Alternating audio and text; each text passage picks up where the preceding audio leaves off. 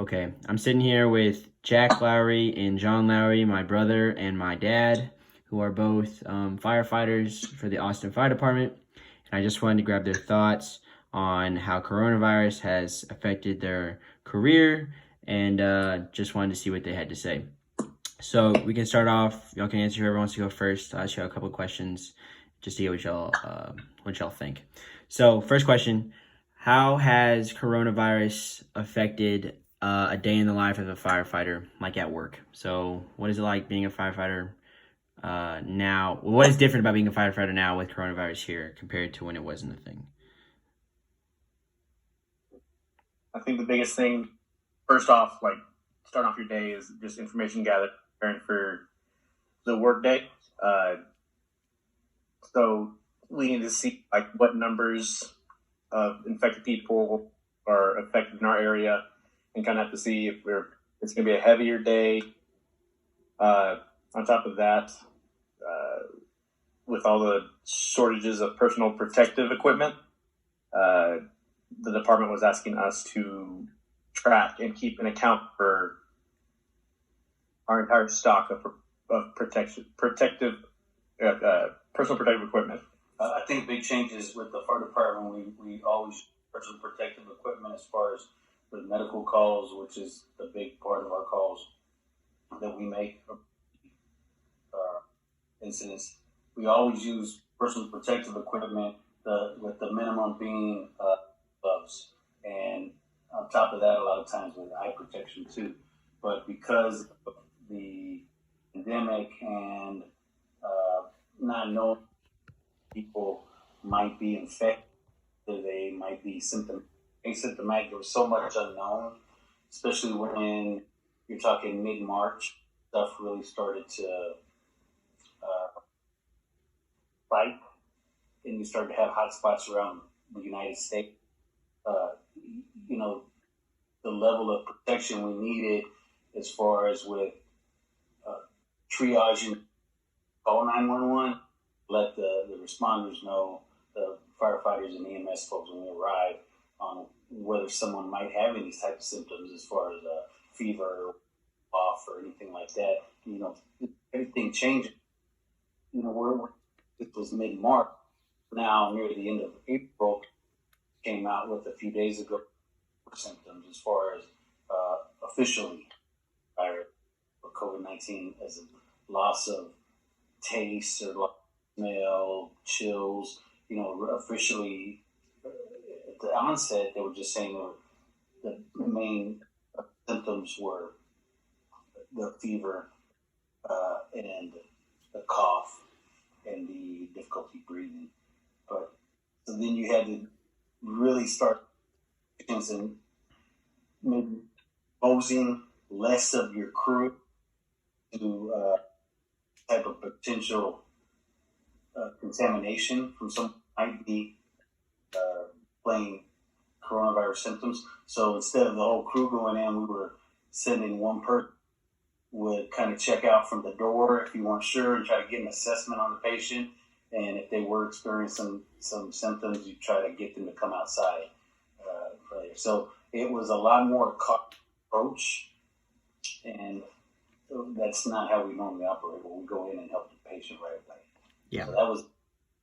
Our call times are slower. Everything is a lot slower pace because they want to make account for all the symptoms. They want to try to not like he was saying, we don't expose.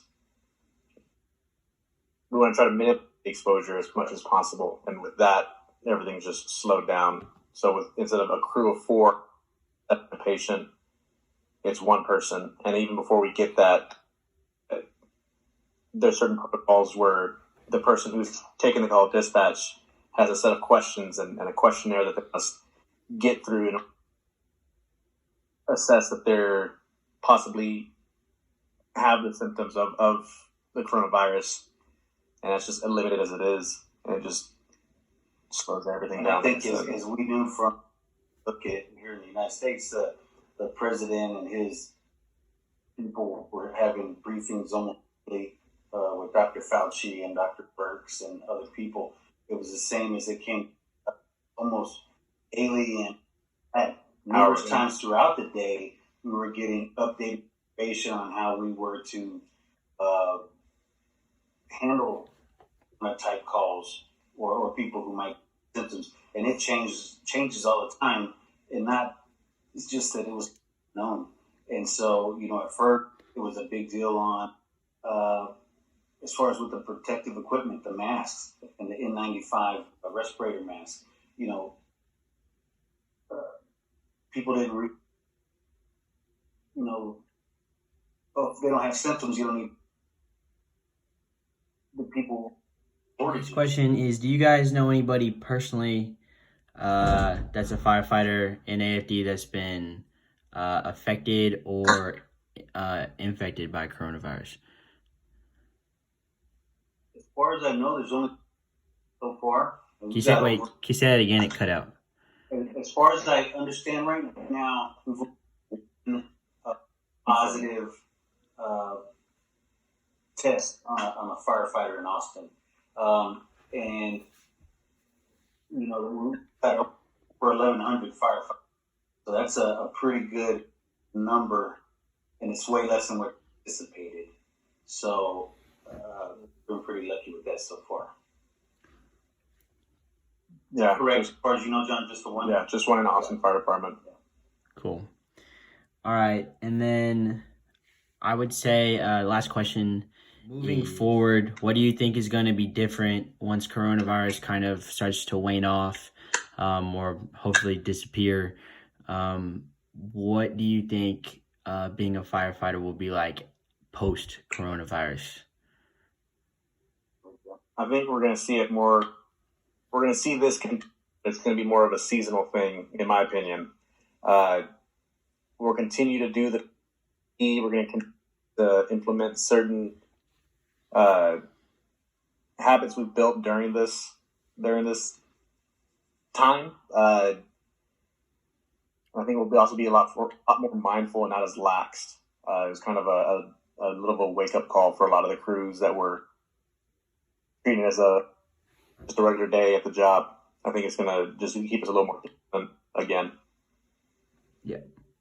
Yeah, I agree. I think, not just a kind of a microcosm of society as a whole. We're gonna see in the future some of these social distancings will continue throughout. You can be on the fence whether that's a good thing or not. I think it's gonna, same thing as John. Personally, I think that we're gonna see another virus down the road that's gonna possibly be worse than this. There's they always talk about a pandemic or something that could, we didn't shut down society as we've had for the last couple months, but now that it's happened, I personally think it's going to happen again, in my lifetime. But that's just a personal opinion.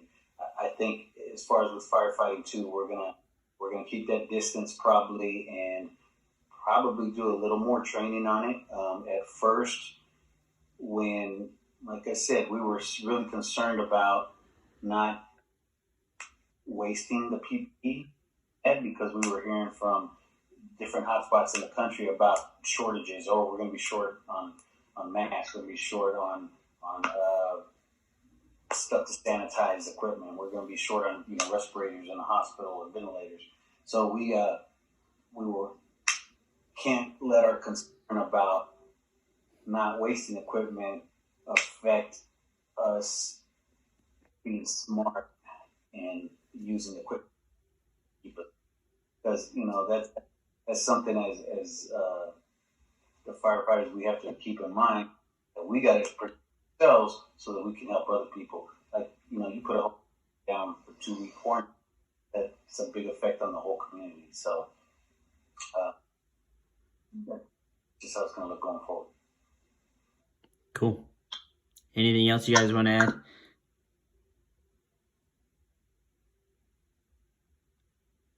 Nope. Okay, cool. All right, thanks, guys.